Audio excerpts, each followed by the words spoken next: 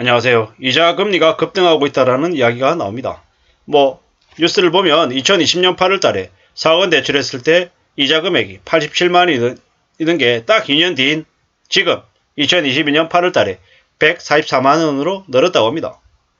이러면 2024년 8월쯤 되면 이자가 얼마가 되어 있을까요? 얼마가? 80만 원에서 90만 원에서 150만 원, 90만 원에서 한 145만 원 이렇게 치면 한 55만 원 늘은 거잖아요. 55만 원. 그러면 나중에는요. 똑같은 수준으로 늘어난다고 봤을 때 200만 원이 되는 건 불가능한 얘기일까요? 아니면 매우 현실적인 예측일까요? 잘 생각해 볼 필요가 있다라는 겁니다.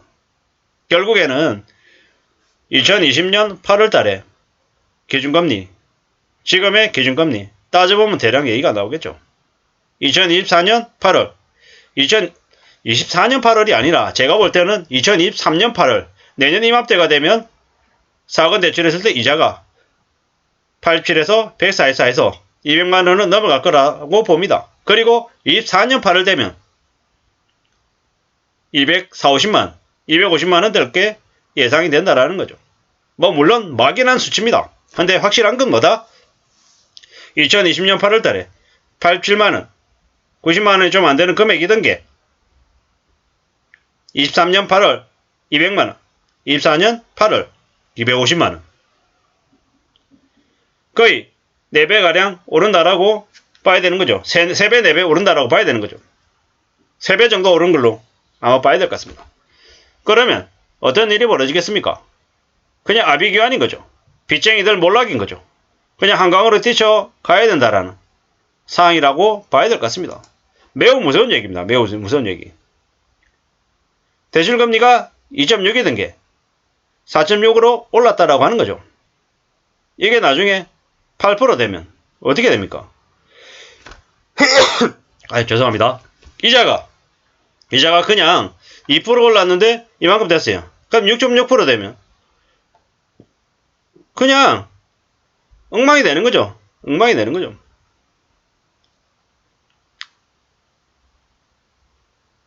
이자 8% 되면 그냥 250만 원 이상 내야 되는 거죠. 전세자금 대출 2억 원 대출했을 때 50만 원이던 게 83만 원 됐다. 한 대략 33만 원 늘었죠. 이게 잘 생각해 봐야 되는 거죠. 이 숫자에서 뭘 얘기할 수 있냐면 예전에는 한 2억 원 정도 대출 빌리던 걸 사람들이 간땡이가 커져가지고 한 4억 정도 빌렸다는 거죠. 3억 빌리던 사람들은 한 5, 6억 빌렸다라는 거죠. 왜? 예전보다 대출금리가 낮았으니까. 그런데 그게 다시 이제 원위치가 되는 거죠. 제 기억을 더듬어 보면 2010년에서 한 2013, 14년 대출금리가 얼마였냐면요. 그냥 7, 8%였어요. 7, 8%. 그때로 되돌아간다라고 보면 맞겠는 거죠. 한 1억 5천 빌렸는데 이자를 한 80만 원 넘게 냈던 것 같아요. 1억 5천에 80만 원.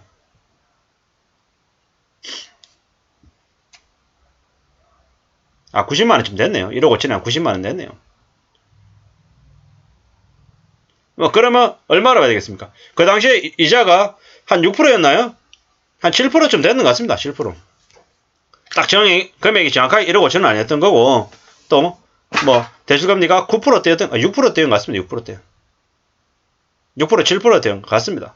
근데 이제 그때가 오는 거죠, 이제. 앞으로. 이제 그렇게 상황을 감안하고 이제 지내야 되는 거죠.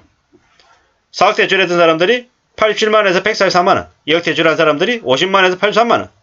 지금 현재 대출 이자는 4% 중반대, 4% 중반대에 4억을 대출해서 월에 144만원을 낸다. 감당이 될까요?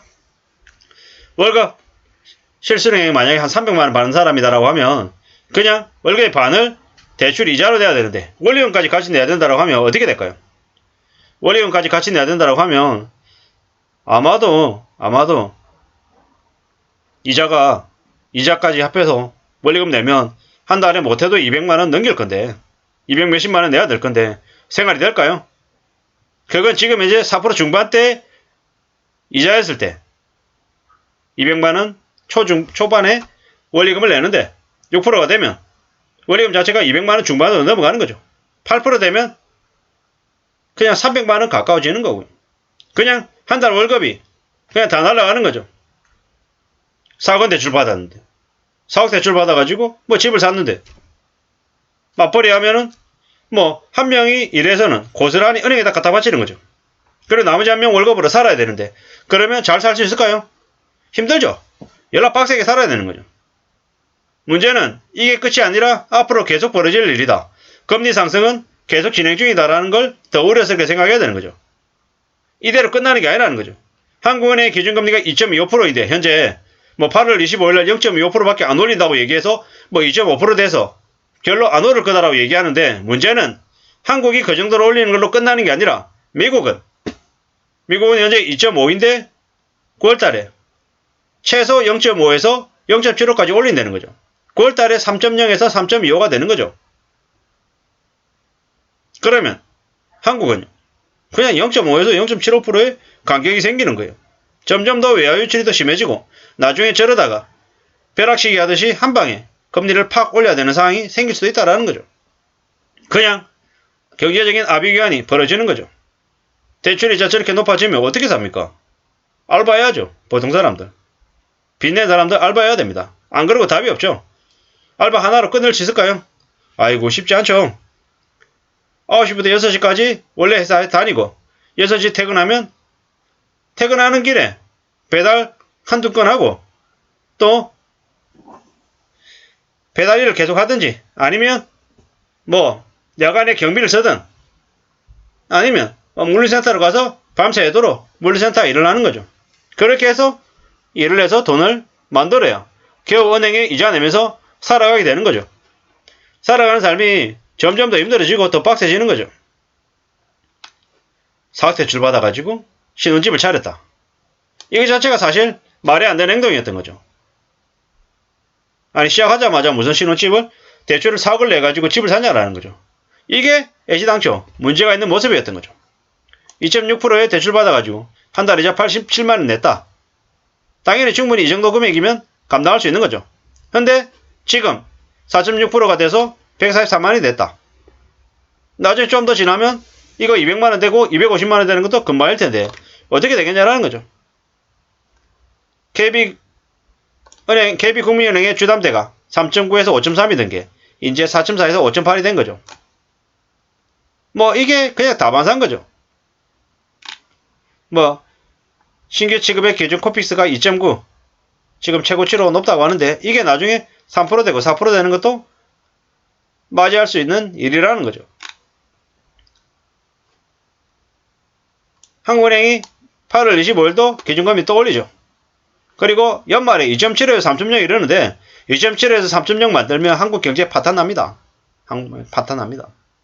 물론 금리 안 올리면은 한국에 외화 유출이 극심하게 생길 거고 또 2.75에서 3.0이 아니라 뭐 3.5 이상까지 올리면 또 대출금리가 가파르게 올라서 많은 사람들이 이자 부담 때문에 또 난리가 나는 것도 사실이죠. 이래저래 어느 쪽이 됐건 간에 쉽지 않은 상황인 거죠.